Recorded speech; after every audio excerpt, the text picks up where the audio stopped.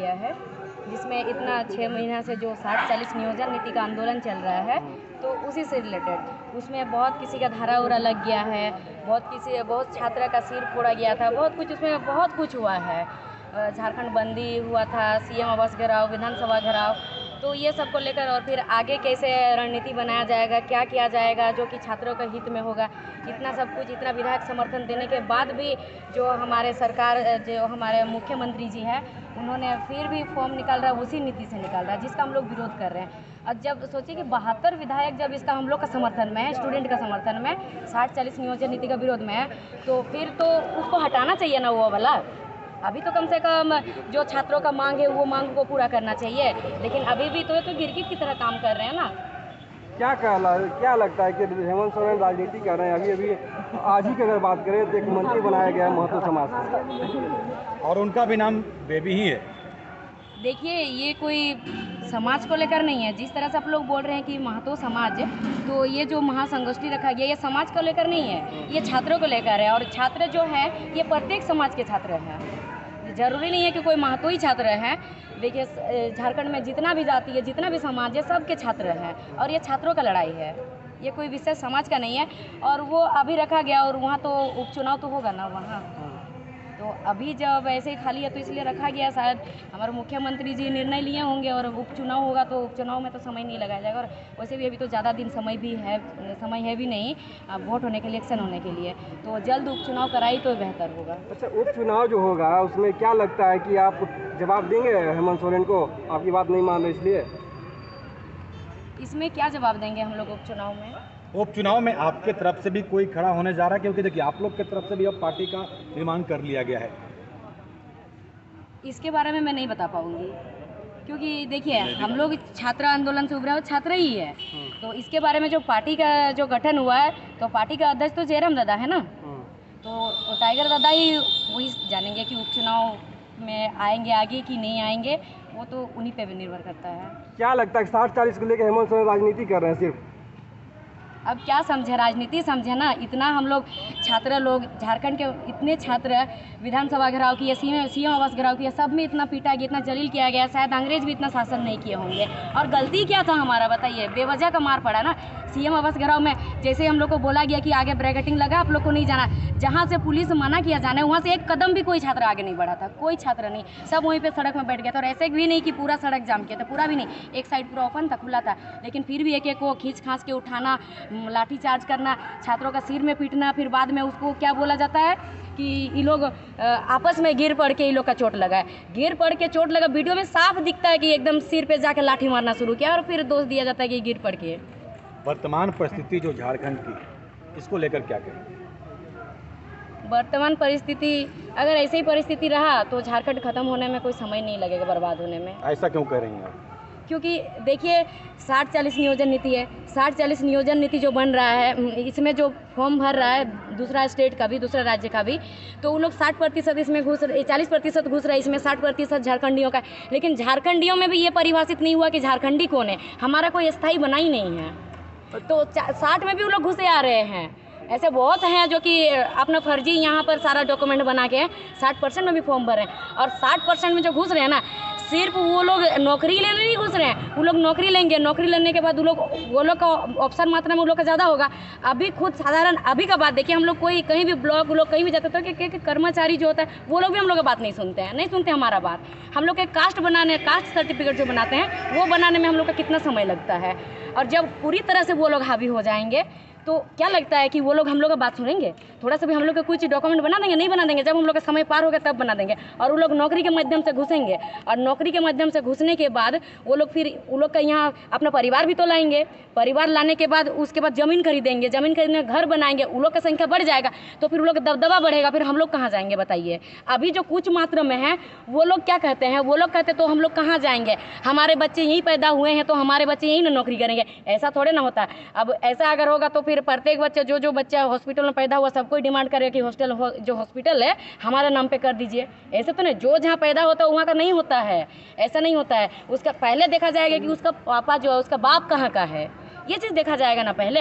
अगर उसका बाप करेगा, मतलब दूसरा यहाँ पड़ोस राज्य जैसे छत्तीसगढ़ हुआ, यूपी हुआ, बिहार हुआ, दूसरा राज्य में रहेगा उसका पापा का उसका ज़मीन जायदाद, और बेटा यहाँ भी मालिक बनने खोजेगा और वहाँ भी मालिक बनने खोजेगा। ये तो नहीं ना होता है। एक व्यक्ति दो जगह का स्थायी निवासी कैसे बन सकता है? नहीं बन सकता है। दो जगह का फैसिलिटी कैसे ले सकता है? नहीं ले सकता। और हम लोग का ये डिमांड नहीं है कि हम लोग को दूसरे राज्य में मिले, हम लोग भी वो चीज़ भी नहीं चाहते हैं। नहीं, देखिए अभी कुछ दिन पहले बिहार कैबिनेट सरकार का फैसला आया था, उसमें ओपन फॉर ऑल जो शिक्षा विभाग का एक बड़ा फैसला आया, उसमें शिक्षा विभाग जो अध्यापक भर्ती होंगे वो सभी के लिए, भारतवर्ष के लिए ओपन फॉर ऑल। तो उसे क्या मानते हैं, कैसे देखती हैं उसको? ये चीज़ नहीं होना चाहिए पूरा भारतवर्ष के लिए, क्योंकि और वहाँ का जो छात्र नेता है ना, उनका नाम क्या है मैं भूल गई। उस दिन हम लोग का न्यूज़ चैनल में एक साथ कॉन्फ्रेंस हुआ था सबका, तो उसमें बात हुआ था। वो लोग भी पूरे जोर शोर से विरोध कर रहे हैं वहाँ। करना चाहिए, हर छात्र का सपोर्ट करती हूँ, ज़रूरी नहीं है कि झारखंड के हर छात्र का। देखिए हर राज्य में ना सबसे प्राथमिक दर्जा जो होता है अपना राज्य वाले को, छात्र को देना चाहिए। फिर उसके बाद 10% में आए वो लोग नौकरी करें। और देखिए फर्स्ट और सेकंड ग्रेड का तो नहीं ना मांग रहे हैं हम लोग, थर्ड और फोर्थ ग्रेड का। फर्स्ट ग्रेड में वो लोग आए ना नौकरी करें, हम लोग कहाँ रोक, सेंट्रल गवर्नमेंट को वो लोग आए, सेंट्रल गवर्नमेंट में सिलेक्शन होके, हम लोग तो नहीं रोक के रखे हैं। अब थर्ड और फोर्थ ग्रेड में भी वो लोग को हम लोग पूरा दर्जा दे देंगे तो फिर हम लोग कहाँ जाएंगे? आपको क्या लगता है, इसके पहले नीतीश कुमार वहाँ मुख्यमंत्री रहे, लेकिन ये जो बातें सामने अभी आई कि मुख्यमंत्री जी वहाँ जाते हैं बिहार, उसके बाद एकाएक उनके आने के बाद ये निर्णय आता है, क्या लगता है? दोनों में अच्छा गहरा दोस्ती होगा शायद, और क्या बता सकते हैं बताइए। और वैसे तो भी तो हम लोग छात्र हैं, राजनीति के बारे में इतना नहीं नॉलेज है, तो जो चीज़ हम लोग अपना आमने सामने देख रहे हैं वो चीज़ कह रहे हैं। जो चीज़ हम लोग पे बीत रहा है, जो चीज़ हम लोग पे हो रहा है, वही चीज़ हम लोग उजागर कर रहे हैं। ऐसा नहीं लग रहा है कि हेमंत सोरेन जाते हैं सर्वदलीय बैठक में, उसके बाद पहले यहाँ 60-40 का नीति लागू होता है, उसके बाद फिर वहाँ भी जो बंद था ओपन फॉर ऑल कर दिया जाता है। क्या लगता है, राजनीति दिखाई दे रहा है आप लोग को? छात्र इतना तो जानते ही होंगे। देखिए ये तो राजनीति दिखाई दे रहा है, क्योंकि देखिए ये दोनों का दोस्ती काफ़ी अच्छा है, मिलते हैं साथ में, मिलने के बाद यहाँ होता है, इसके बाद वहाँ भी हो जाता है, तो राजनीति दिखाई देता है। और वहाँ तो सोचिए एक खाली टीचर बहाली में हुआ ना, हमारे यहाँ तो हर जितना भी फॉर्म निकल रहा सब में वो हो रहा है। धीरे-धीरे वो भी हो जाए वहाँ।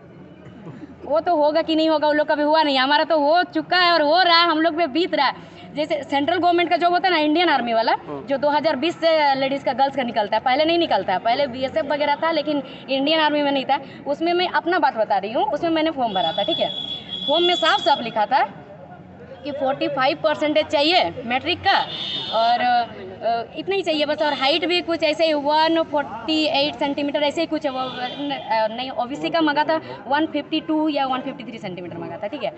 तो जब मैं फॉर्म भरी सब कुछ क्लियर हो गया, मेरा NCC C सर्टिफिकेट होल्डर हूँ, C सर्टिफिकेट है, स्पोर्ट्स का नेशनल सर्टिफिकेट है, लेकिन वो सबका कोई वैल्यू नहीं, ठीक है। फिर उसके बाद जब कुछ दिन बाद ईमेल में एकदम टन सा मैसेज आ जाता है कि आपका परसेंटेज कम है। मेरा 68% है, तो 48 कम है कि 68 कम, 45 कम है कि 68 कम है, मांगा 45 था। तो एग्ज़ाम देने के लिए एडमिट कार्ड तो आ सकता था ना, 3 साल पहले का सेंट्रल गवर्नमेंट में तभी ये देखता है, IAS IPS में ये चीज़ नहीं देखता है कभी भी। सेंट्रल गवर्नमेंट का इंडियन आर्मी में ये चीज़ देखता है, 3 साल पहले सब कोई 18 साल में फॉर्म भरते हैं, 15 साल में मैट्रिक देते हैं, और मैट्रिक देने के समय सब हर किसी का सिचुएशन एक जैसे। मैं स्पोर्ट्स खेलती हूँ 7 क्लास से, तो 7 क्लास से स्पोर्ट्स खेलूँगी तो 2 तरफ रहूँगी ना, तो 2 तरफ तो मेरा मैट्रिक में तो मेरा 90% नहीं आएगा, कन्फर्म है। स्पोर्ट्स में खेलती थी, मैट्रिक एग्जाम जब मैं दी थी तो उसका भी कुछ दिन पहले मैं स्पोर्ट्स खेलने गई थी, तो नहीं आएगा। तो जब वो लोग 3 साल बैक का देख रहे हैं, 15 साल का देख रहे हैं, तो फिर 15 साल वाले बच्चों को काहे नहीं उठाते हैं बताइए? 18 साल वाले बच्चों को फॉर्म भरने बोलते हैं, और फिर 15 साल में जब वो 15 साल का था, वो 3 साल पहले क्या नंबर रहा था वो, अरे भाई अभी देखो ना, अभी देखो कि अभी वो क्या है। इंडियन आर्मी का भी परसेंटेज के बेसिस पे उठाया जाता है क्या? नहीं ना। आप एग्ज़ाम लो, सबका एग्ज़ाम लेने के बाद अगर काफ़ी ज़्यादा ये हो गया तो उसके बाद आप परसेंटेज को मिला और उस बेसिस पे आप मेरिट बनाओ और लो ना, बिल्कुल मना नहीं है। अब क्या आंदोलन आगे बढ़ेगा नियोजन नीति पर आप लोगों का, क्योंकि आज बैठक चल रहा है, आगे क्या आंदोलन करेंगे? अभी देखिए बैठक हो रहा है, बैठक में सब कोई अपना अपना बात रखेंगे, फिर निर्णय होगा, उसके बाद ही पता चलेगा। उसके बाद पता चलेगा। लेकिन एक अहम सवाल उठ रहा है, झारखंडी युवा, जो झारखंड के युवा हैं, देखने में भी आ रहा है, हालांकि पहले लगातार जयराम महतो को सुनना चाह रहे थे, लेकिन वर्तमान में जयराम महतो से बेबी महतो भी कम नहीं है जिनको सुनने वाला इस झारखंड में हो। अब सवाल ये उठता है कि कल तक जयराम महतो भी स्टूडेंट थे, ठीक है, आप भी स्टूडेंट अभी हैं, लेकिन क्या जयराम महतो तो राजनेता बनने जा रहे हैं, क्या बेबी महतो भी राजनेता बनने जा रही है? अभी मैं एक छात्रा हूँ और मैं इतना मैच्योर नहीं हुई हूँ कि एक विधानसभा संभाल सकूँ, ठीक है, विधानसभा या तो फिर संसद बन के संभाल सकूँ, क्योंकि उसके लिए जैसे कि जयराम महतो का बात करें, जयराम दादा का, तो जयराम दादा एक PhD होल्डर है, वो काफ़ी हम लोग से मतलब एजुकेटेड है, काफ़ी नॉलेज है उनको, उनके सामने हम लोग कुछ नहीं है, देखा जाए उनके सामने कुछ भी नहीं है, एक तिनका के बराबर भी नहीं है उनके सामने। तो हम लोग अभी विधानसभा के लिए पूरा नॉलेज चाहिए उसके लिए, ठीक है। ऐसा नहीं कि हम विधायक बन गए उसके बाद बाकी जो अभी के जो नेता मंत्री लोग हैं उन लोग का जैसे फिर उलझुल जुलूल कर बैठे, ऐसा नहीं ना। कितना लोग अभी उम्मीद जगा हुआ है कितना लोगों के मन में, और विधायक बनने के बाद ये ऐसा नहीं कि विधायक बन गए उसके बाद हम सीखना शुरू करेंगे, सीखेंगे तो 5 साल में काम कब करेंगे। इसीलिए अभी हमको नहीं उतना उस ये पे उतना मैच्योर नहीं हो चुकी हूँ, इतना ये नहीं हूँ मैं कि मैं विधानसभा लड़ूँ। लेकिन आपने अभी एक बड़ी बात कही आप कि अभी के जो विधायक हैं, विधायक बनने के बाद सीखते हैं, आप मानती हैं कि ये नौसिखिए हैं? एकदम बिल्कुल मानती हूँ, विधायक बनने के बाद सीखते हैं, तभी तो आज सही से काम नहीं हो रहा है। अगर विधायक बनने से पहले सीखे होते और उसके बाद विधायक बनते तो आज हमारा झारखंड का दिन दशा यह नहीं रहता, हम लोग को छात्रों को रोड में नहीं आना पड़ता। स्वर्गीय खैर उनकी बात हम क्या करें, लेकिन अब उनकी पत्नी आज मंत्री बनने जा रही हैं, शिक्षा मंत्री मेरे ख्याल से। नहीं, मंत्री पद मिल रहा है, उपचुनाव के बाद वो डिसाइड हो जाएगा। लेकिन आप उन्हें कैसे देखती हैं अभी, क्योंकि आपने इसके पहले बहुत बड़ा सवाल रखा है, और अब आप उन्हें कैसे देखती हैं? और एक सवाल ये है कि मंत्री पद का शपथ लेते समय सही ढंग से शपथ भी नहीं ले पाए।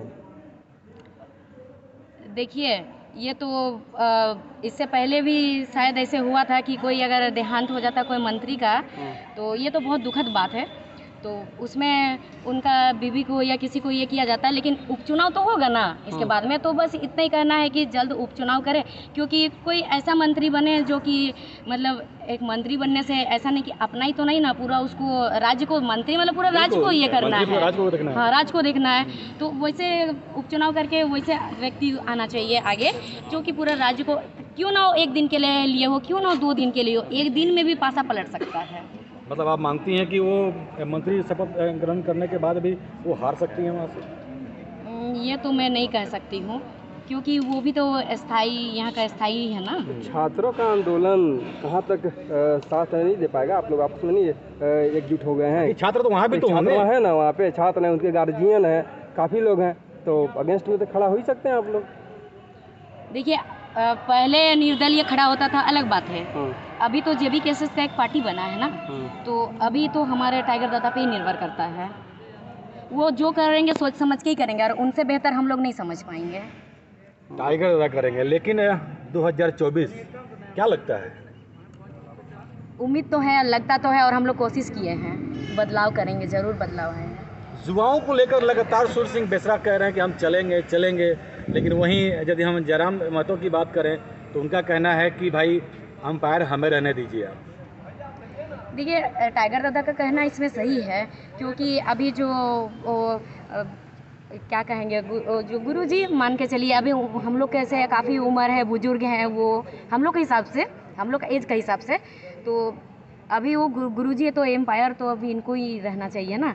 क्योंकि देखिए एक समय होता है सबका प्लेयर बनने का, खिलाड़ी बनने का, तो अभी वो समय उनका पार हो चुका है, तो वो हम लोग को बुद्धि दे, ज्ञान दे, नॉलेज दे कि राजनीति कैसा होता है, क्या होता है, वो सब हम लोग को नहीं मालूम है, इतना नहीं नॉलेज है। तो अभी अगर वो ये करेंगे तो गलत है, मतलब सही नहीं है थोड़ा। लेकिन वो तो साफ बोल रहे हैं कि हम आपको ट्रेनिंग देंगे, राजनीति का अगर सिखाएंगे, विधायक कैसे बनेंगे। हम विधायक नहीं बनने वाले हैं और ना ही हम चुनाव में उतरने वाले हैं भाई, हम किंग मेकर बनने वाले हैं। हाँ तो अच्छी बात है, ये गलत कहाँ है। तो लेकिन इतना भी तो है ना कि किंग मेकर सामने तो नहीं ना आता है। कोच देखिए, मैं भी खिलाड़ी हूँ, प्लेयर हूँ, ठीक है, स्पोर्ट्स खेलती हूँ, तो कोच ग्राउंड पे उतरता है कि प्लेयर उतरता है? कोच नहीं ना, प्लेयर ना उतरता है, कोच तो उसको शिक्षा देता है ना, साइड में उसका ट्रेनिंग देता है, तो उसी टाइप से उनको भी ट्रेनिंग देना चाहिए, उनको ग्राउंड पे नहीं उतरना चाहिए, बस इतना है। सवाल इतना हो तो खुद बोले कि हम ट्रेनिंग ही देंगे, आप लोग उनके साथ जाएंगे कि नहीं जाएंगे, ये मेरा सवाल है। देखिए हम लोग तो सब झारखंडी है और सबका मुद्दा एक ही है, तो टाइगर दादा तो उस दिन बोल ही दिए कि हम लोग को सबको मिलजुल के ही काम करना है। तो अभी छात्र लोग के पास वो लोग को आना चाहिए ना। आंदोलन खड़ा किसने किया? टाइगर दादा ने, छात्रों ने, युवाओं ने खड़ा किया है। अच्छा, एक सवाल ये है कि एक तरफ भाजपा जैसी नेशनल पार्टी होगी, कांग्रेस जैसा राष्ट्रीय पार्टी, जेएमएम जो यहाँ पे सत्तासीन पार्टी है, आरजेडी है, उसके सामने आप लोग कहाँ टिक पाइएगा? टिकने ना टिकने वाला हम लोग मतलब इस डर को लेकर के नहीं आए हैं ना। हम लोग को एक बदलाव चाहिए और बदलाव कहीं ना कहीं नज़र आ भी रहा है। जो बड़े बड़े पार्टी है उन लोग के पास पैसा काफ़ी ज़्यादा है, पैसा उसा सवाल है। इसीलिए उठ रहा है। हाँ, तो वो लोग का देखिएगा हर एक प्रोग्राम में पैसा दिया जाता है। वो लोग पैसा दे करके लाते हैं लोगों को, फिर उन लोग का सारा चीज़ इंतज़ाम वो लोग करते हैं। और हम लोग का जहाँ पर भी भीड़ होता है ना, खुद का खर्चा से सबको आते हैं। नहीं, देखिए जयराम महतो का कहना है कि हम लगातार देखते हैं कि जब वोट का समय आता है तो दादा बोतल और पैसा पे ना बिगड़ी। ये सवाल बार बार उठा रहे हैं। ये सवाल वो इसलिए उठा रहे हैं ना क्योंकि जितना भी ज़्यादातर देखिएगा वोट का पहले दिन तक ठीक रहते हैं। वोट के बाद अगर एक बोतल मिल गया और एक मुर्गा मिल गया ना, तो उसके बाद लोग सुबह जाके कहीं और वोट दे देते हैं। ये होता तो ये है। डर लग रहा है अभी भी? ये डर बना हुआ है ना? नहीं, वो लोग को थोड़ा समझना चाहिए। अगर वो लोग को बदलाव चाहिए, अपना बच्चा का भविष्य चाहिए, और उन लोगों से भी मुझे एक बात कहना है कि आप लोग हमेशा दूसरों के लिए काम किए हैं, दूसरों के लिए दौड़े हैं, दूसरों के लिए झंडा उठाए हैं, और आप लोग जिलों के लिए दौड़े हैं, जिलों के लिए काम किए हैं। उन लोग का बेटा लोग फॉर्चूनर में घूमता है, एसी वाला घर में रहता है, और आपका बेटा का क्या हो रहा है? दर दर में भटक रहा है, जाके मार खा रहा है। तो ये सब एक बार सोचना चाहिए आपको। एक दारू बोतल और एक